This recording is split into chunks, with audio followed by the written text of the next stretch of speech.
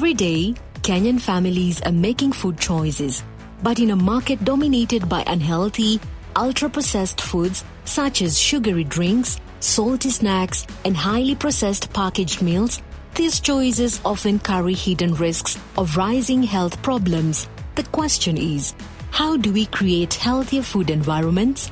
This is the story of IILA's journey in advancing the fight for a healthy food environment. The International Institute for Legislative Affairs has worked tirelessly to shape Kenya's food policy environment, guided by values of integrity, evidence, and leadership. IILA continues to influence policy for a healthier nation.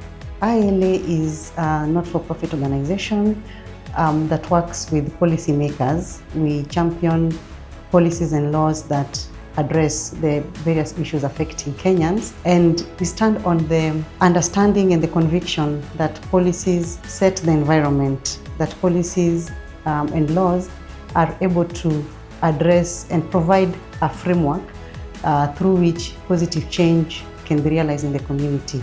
Given our mission is to promote the development, reform, and implementation of, we call them pro-people policies, the food policy program is central to the work we do, particularly in the health governance program, because we engage with policymakers, championing the development and reform of policies and laws that provide a healthy food environment for Kenyans to address the diet-related risk factors that drive non-communicable diseases in the country. In Kenya, the numbers tell a sobering story. Non-communicable diseases, many driven by unhealthy diets, cause nearly 4 in 10 deaths and more than half of all hospital admissions. Thousands of Kenyans, many under the age of 70, lose their lives in conditions that can be prevented.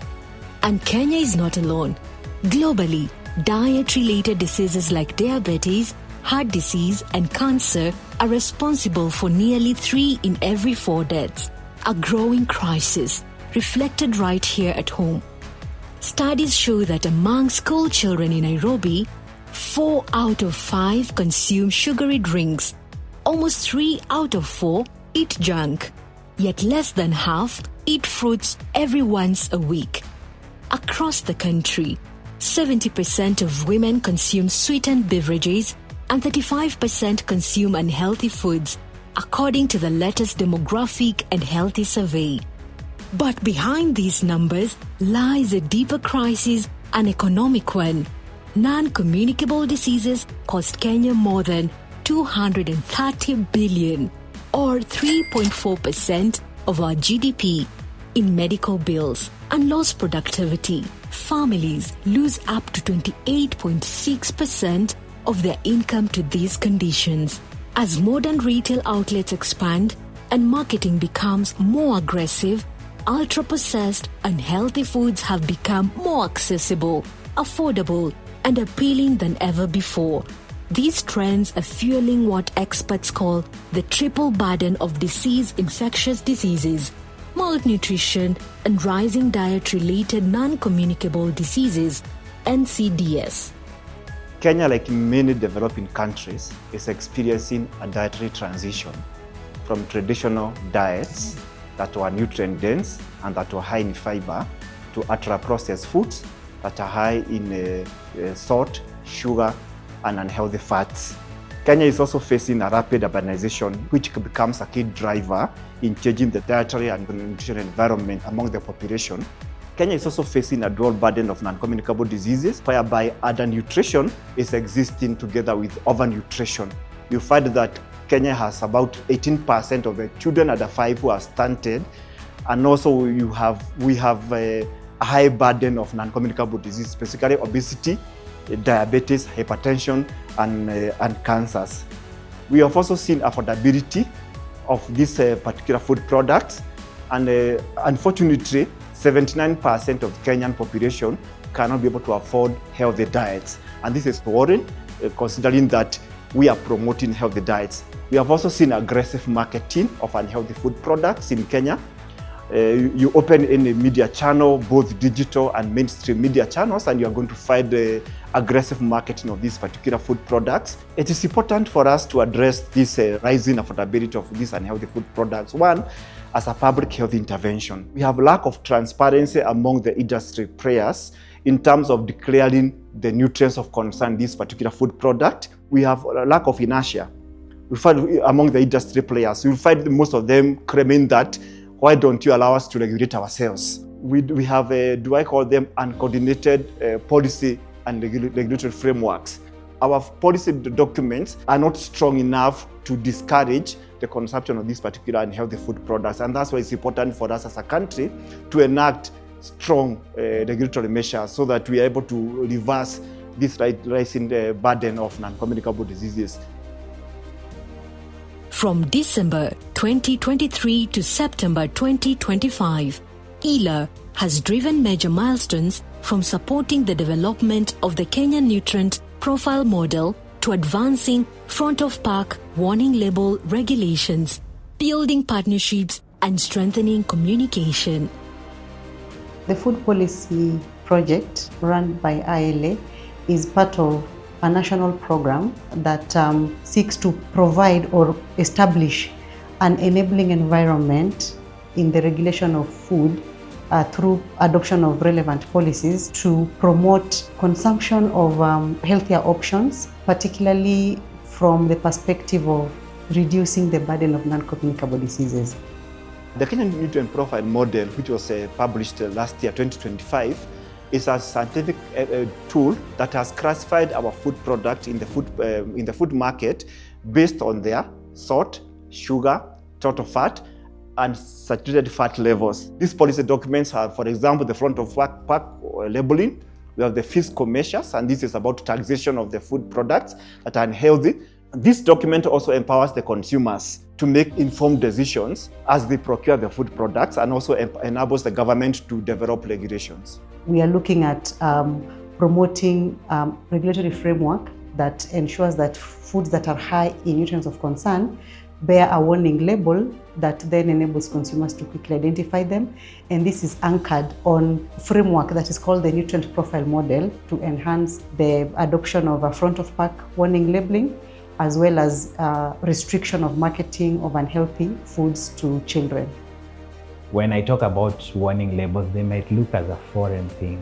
So let me bring my friend over here. My friend is called a visual representation of what a warning label looks like.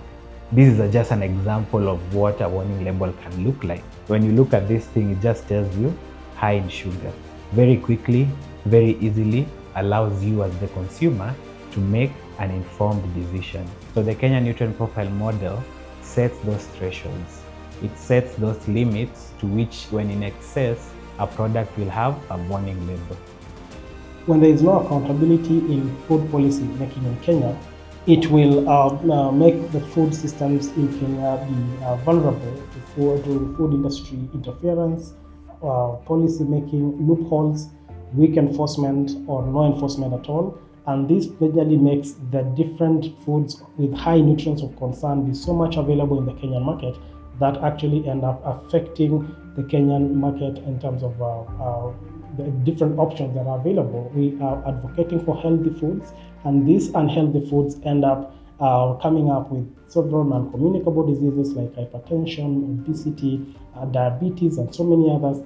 And the cost of treating these illnesses is quite huge, especially to the Kenyan population that is already struggling economically. Transparency is what allowed the community to see what was happening behind the scenes. Accountability is what made the decision makers to do what the right thing once everything is out in the open. As such, when transparency shines a light on decisions, on how decisions are made, and accountability helps keeps leaders answerable to the public. It ensures that the regulation or policies truly serve its purpose of protecting people's public health and not serving any hidden interest. From a legal perspective, it is important for food policies to have clear regulations because it gives it a legal force. It does this by providing and giving powers and specific duties to specific persons and offices. It translates policy goals to enforceable standards. This ensures that there is prevention of uncertainties and ambiguities that may arise when there is lack of this kind of framework. It also ensures that there is a remedial framework in case any breach has happened, someone has violated these regulations in one way or another, and then it ensures that there is no industry interference. Ultimately, the overarching goal is that there is protection of the right to health and consumer rights from unfair business practices and unhealthy foods, thus promotion of healthy food environments. The impact is already taking shape through the Kenyan Nutrient Profile Model and ongoing efforts toward front-of-pack labeling. IILA is helping lay the foundation for a healthier food environment in Kenya. Beyond frameworks and regulations, these initiatives are shifting awareness, empowering citizens to make informed dietary choices and guiding the food system toward greater accountability. Working with the media and digital advocates has helped us to break down technical discussions into information that the public can understand, to know how it affects their life. Media has helped us to amplify messages beyond just national discussions that can be very high level. Media has helped us to reach the people in the ground. Working with digital advocates, we know that social media is a very fast-moving space. They have helped to amplify messages on that platforms. Now more people are aware about the food policy environment on social media. More people are showing concern. More people want food policy reforms. A second thing is media and digital advocates understand how to break technical issues into very simple ways to communicate. So they've helped us to custom make messages for different audiences, and that has been important to our advocacy. Communication is very important in food policy because, number one, it helps us to frame an issue as a public health priority. You can imagine that there's a lot happening in the country. So communication helps to really bring out and make your issue stand out. Communication helps to simplify those technical issues into very simple ways that the audience can be able to engage with the message. Communication helps us to expose harmful industry practices. We know that industry interference is one of the major blocks and barriers to effective policy. Communication helps us to effectively counter those industry narratives. I would say that communication helps to build visibility, to increase public pressure, to show policymakers that an issue is very important and that they need to address it. Kenya can make sure that food policies stay focused on public health and non-profits by ensuring that there is a full implementation of the Kenya Nutrient Profile Model. Kenya has made great strides, and it is the fastest African country to adopt the Kenya Nutrient Profile Model. And this then calls for awareness creation among the general population to make them aware of what is in their food so that they can be able to make healthy food choices. And that leads now to a multi-stakeholder approach where government, civil society organizations, and research institutions or academia can work very closely together to unmask the tactics the industry is putting together and ensuring that the general public is made aware of what is in their food. And this becomes a collaborative effort of countering the industry tactics. Most rewarding outcome so far, of course, is the adoption of the Kenya Nutrient Profile Model.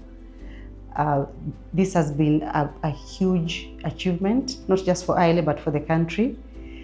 But beyond that, it is very rewarding to see how different stakeholders and partners have come together across board. So seeing civil society organizations, seeing researchers, and seeing government work together in a well-coordinated process has been very rewarding. Because when you're working in a policy environment, sometimes there's a lot of opposition, sometimes even from within. But this has been one of the, probably the, one intervention that IILA has engaged in, where we've seen a lot of cooperation, we've seen different partners pulling together, bringing their different expertise. And for me, I think that is very rewarding, seeing that we've been very well coordinated, we've working on a common vision and a common goal. And we are banking on that. Really, banking on that to see us move to the even greater milestones in the next phase. As the project leads, something that has been most rewarding has been seeing the progression of an idea turn into real impact. Because when we are doing policy, policies touch on everyone.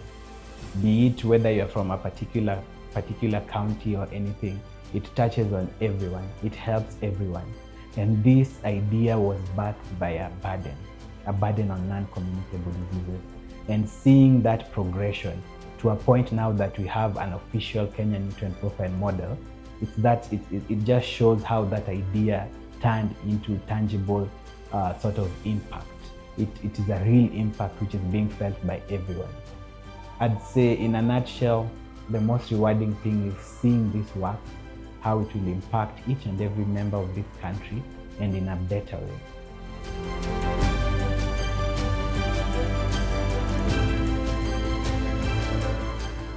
In the years ahead, this work will contribute to reducing non-communicable diseases, strengthening national health outcomes, and ensuring that every Kenyan has the opportunity to live a healthier life. This is only the beginning. As Kenya advances towards a healthier food environment, IILA will continue to champion evidence-based policies and lead change.